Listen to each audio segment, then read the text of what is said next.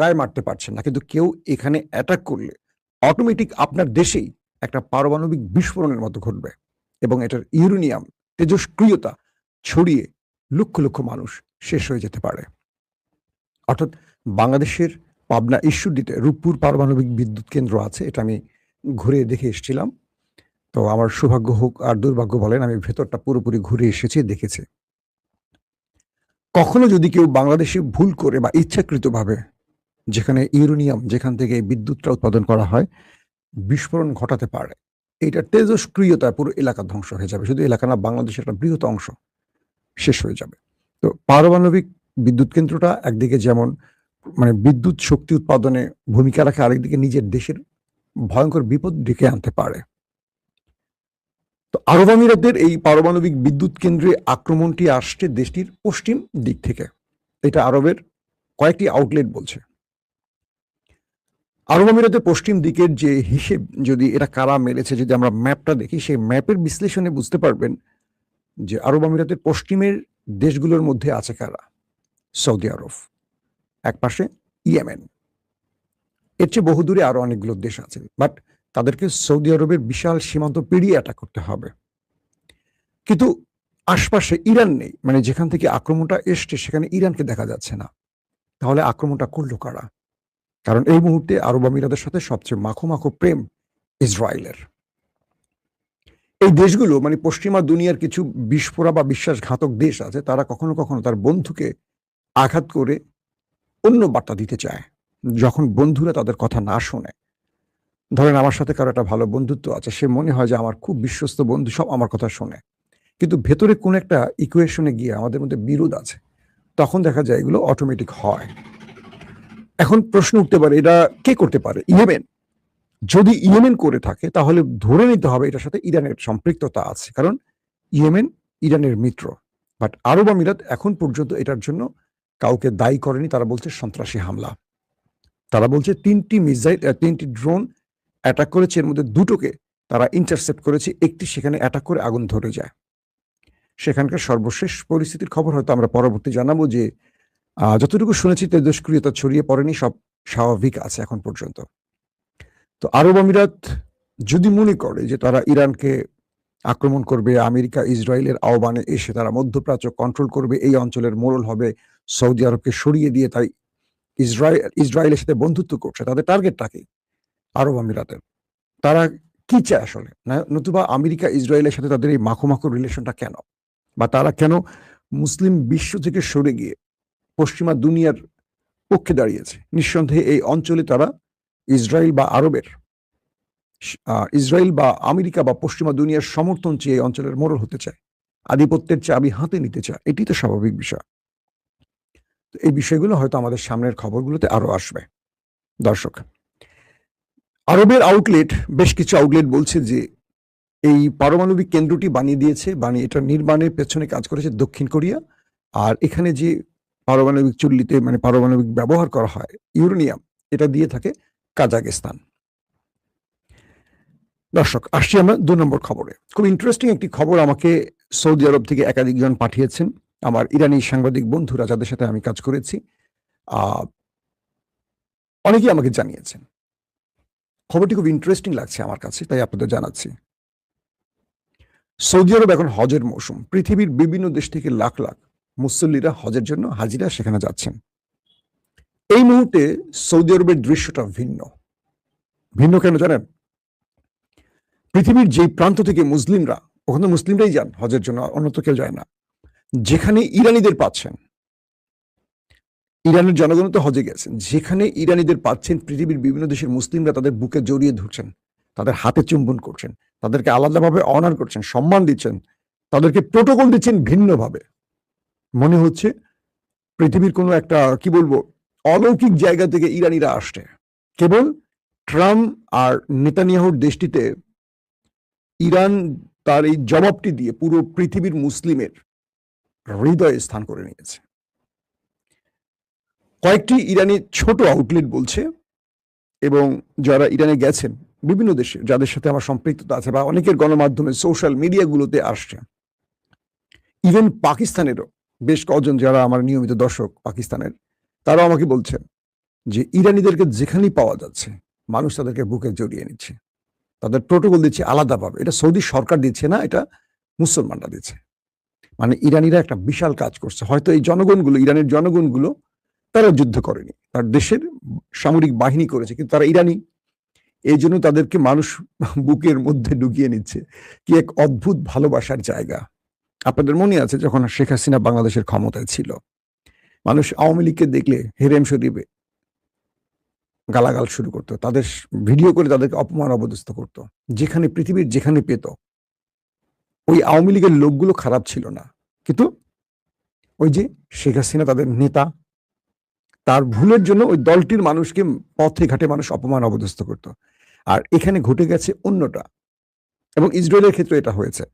যখন ফিলিস্তিনে তারা হামলা করেছে, অজস্র নারী শিশুকে মেরেছে ওই দেশটি, বুঝছে, নেতাকাকুর দেশটি, তখন ইউরোপ থেকে শুরু করে বিভিন্ন দেশে তাদের জনগণকে মানুষ পাইলে অপমান করতো, মারধর করতো, উল্টোটা। আর ফিলিস্তিনিদের পেলে বুকে জড়িয়ে ধরতো। তো এখন সৌদি আরবের হজের সময় যারা ইরানিদেরকে পাচ্ছে, বরং তাদের দৌড়ে দেখতে যাচ্ছে, তাদের কাছে ছবি তুলছে, তাদের হাত ধরছে, চুম্বন খাচ্ছে। এই যে অবস্থাটা, ইরানিরা এখন বুঝতে পারতেছে এবার যে তারা আসলে অনেক বড় সাহসী কাজ করছে, এবং তারা তাদের সোশ্যাল মিডিয়াতে লিখছে, এক অন্য ইরান দেখছে পৃথিবী। ইরানিরা এটাকে নিয়ে অনেক প্রাউড ফিল করছে। আসেন 3 নম্বর গুরুত্বপূর্ণ খবরে। সৌদি আরবে হঠাৎ করে 3টি ড্রোন উড়ে গেছে, এবং সৌদি সরকার হজের সময় তাদের পুরো নিরাপত্তা এখন অ্যাক্টিভ আছে।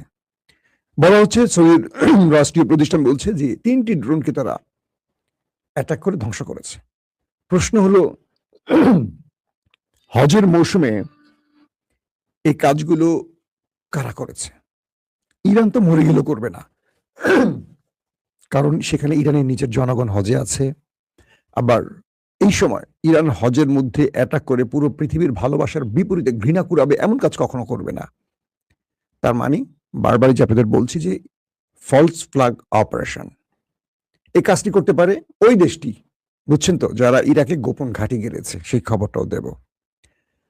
বলা হচ্ছে যে ইরাকের ভেতরে একাধিক ইসরায়েলি গোপন ঘাঁটি তৈরি হয়েছে, যেটা ইরাকের সরকারই জানতো না। এবং ইরান আমেরিকা ইসরায়েল যুদ্ধের মধ্যে আরবে যে অ্যাটাকগুলো হয়েছে, সৌদি, কাতার, কুয়েত, আরব আমিরাতে, স্পর্শকাতর বা কৌশলগত অবস্থানে যে অ্যাটাকগুলো হয়েছে, তার অনেক অ্যাটাকই ইরাক থেকে গেছে। তো আরব দুনিয়াগুলো তখন বুঝতে ছিল, মানে বোঝার চেষ্টা করছিল যে এই অ্যাটাকগুলো ইরাক থেকে আসছে কেন। এবং তারা ধারণা করতে প্রথমে যে ইরাকে তো ইরানের বিভিন্ন প্রক্সি গ্রুপ আছে, তারা হয়তো করেছে। কিন্তু এখন আস্তে আস্তে বিভিন্ন গণমাধ্যমে এই তথ্যগুলো উঠে আসছে এরকম যে এই ইরাকের গোপন ঘাঁটিগুলো ব্যবহার করে ইসরায়েল আরবে মানে ফলস ফ্ল্যাগ অপারেশন চালিয়েছে ইরানের বিরুদ্ধে আরবকে নামাবার জন্য। অর্থাৎ আরবে এমন পরিমাণ অ্যাটাক করবে যে আরব খেপে গিয়ে ইরানের উপর অ্যাটাক করবে। তাই তারা ইরাকে ঘাঁটি গেড়েছে ইসরায়েল, এখান থেকে তারা গোপন অ্যাটাক চালাবে। তো এখন যদি আমরা ধরে নেই আরব আমিরাত বা সৌদি আরবের তেলকূপগুলো, আরামকো যেখানে যেখানে হামলা হয়েছে, এগুলো ওই দেশটি করেছে, এরকম বিষয়গুলো এখন আরবরা ঘাটাঘাটি শুরু করছে। তারা বুঝতে পারতেছে যে ইরানের সাথে আরব দুনিয়ার যুদ্ধটাকে বড় ফ্রেমে লাগাবার জন্য ওই দেশটি গোপনে বিভিন্ন জায়গায় ঘাঁটি ঘেরে কাজগুলো করতে পারে। আস্তে আস্তে তাদের মুখোশ উন্মোচন হয়ে যাচ্ছে। তারা বুঝতে পারতেছে যে এই দেশটি আসলে গুপ্ত হত্যায় 1 নম্বরে আছে, এবং তারা মানুষের মধ্যে যুদ্ধ ছড়িয়ে দেওয়ার জন্য এরকম কাজ করতে পারে। তো সৌদির ভেতরে এই ড্রোনগুলো ইরাক থেকেই গেছে। বলা হচ্ছে যে ইরাকের ভূমি থেকেই গেছে। তার মানে কি, যে ইরাকের ভেতরে এখনো তাদের আস্তানা থাকতে পারে। কিছু আস্তানা ছেড়ে তারা পালিয়েছে, সেখানে ইরাকের যোদ্ধারা অভিযান চালিয়েছে মরুভূমির ভেতরে। বলা হচ্ছে যে আরো থাকতে পারে, যেগুলো হয়তো জানি না। কিন্তু প্রশ্ন হলো, ইরাকের সরকার তার দেশে ভিন দেশের এজেন্টরা বা ভিন দেশের সামরিক বাহিনী ঘাঁটি গেড়েছে, তারা জানি না এটা কেমন একটা ব্যাপার। এটা মানে খুব ভয়ঙ্কর ব্যাপার না? প্রিয় দর্শক, এখন যে বিষয়টি আসছে উঠে, সেটি হলো যে আমেরিকা এবং ইসরায়েল তাদের গণমাধ্যমের দাবি অনুযায়ী তারা একটা বড় ফ্রেমে যুদ্ধের জন্য সকল প্রস্তুতি সম্পন্ন করছে। শুধু ট্রাম্প গ্রিন সিগন্যাল দেওয়ার সঙ্গে সঙ্গে অ্যাটাক শুরু হবে। আর ইরান এটাকে মোকাবেলার জন্য তার প্রস্তুতি সম্পন্ন করেছে, যে কারণে ইরানের রাষ্ট্রীয় টেলিভিশন, প্রাইভেট টেলিভিশনে আমরা ইরানের সামরিক বাহিনীর সদস্যদের দেখেছি যারা আর্মস হাতে নিয়ে, অস্ত্র হাতে নিয়ে লাইভে গেছেন, এবং তারা প্রত্যেকটা জনগণকে বলছেন, আসেন আপনারা অস্ত্র প্রশিক্ষণে দেশ রক্ষা এগিয়ে আসতে হবে, এবং সেই অস্ত্রের পুরো ট্রেনিংটা লাইভে বসে দেখাচ্ছেন, কিভাবে লোড করতে হয়, কিভাবে ফায়ার করতে হয়, ট্রিগার চাপতে হয়, কি করতে হয়, একদম পুরো বিষয়গুলো ইরানের টেলিভিশন স্ক্রিনে দেখানো হয়েছে। পাশাপাশি যারা মসজিদে নামাজে গেছে, ইরানে জানেন যে হিউজ মুসলিম নারীরাও মসজিদে যান। তো ইরানের বিভিন্ন মসজিদের বাইরে, শহরে, স্কুল, কলেজে নারী, পুরুষ, শিক্ষার্থী, যুবক, বৃদ্ধ যারা আছেন সবাই এগিয়ে আসেন এবং সবাইকে অস্ত্র ব্যবহারের ট্রেনিং দিচ্ছে ইরান।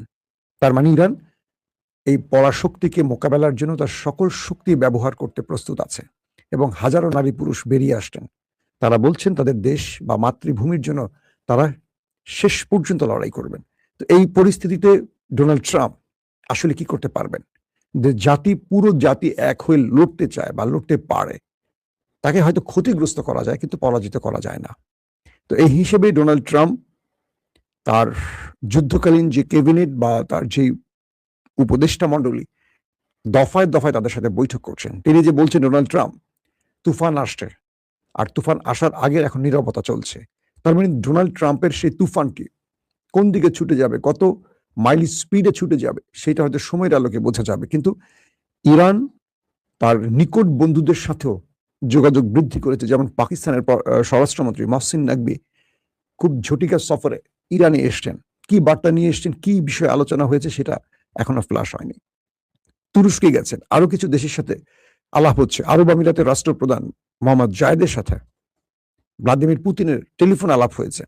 সৌদির সাথে ইরানের যোগাযোগ হচ্ছে, ভেতরে বারবারই বিভিন্ন ভাবে যোগাযোগ হচ্ছে, কথা হচ্ছে। পাকিস্তান এখন পুরো দমে ইরান এই যুদ্ধে একটা বড় মধ্যস্থতার ভূমিকা নিচ্ছে, শুধু না ইরানকে রক্ষায় বড় ভূমিকা পালন করছে। কারণ ইরান ক্ষতিগ্রস্ত হলে নেক্সট টার্গেট হবে পাকিস্তান।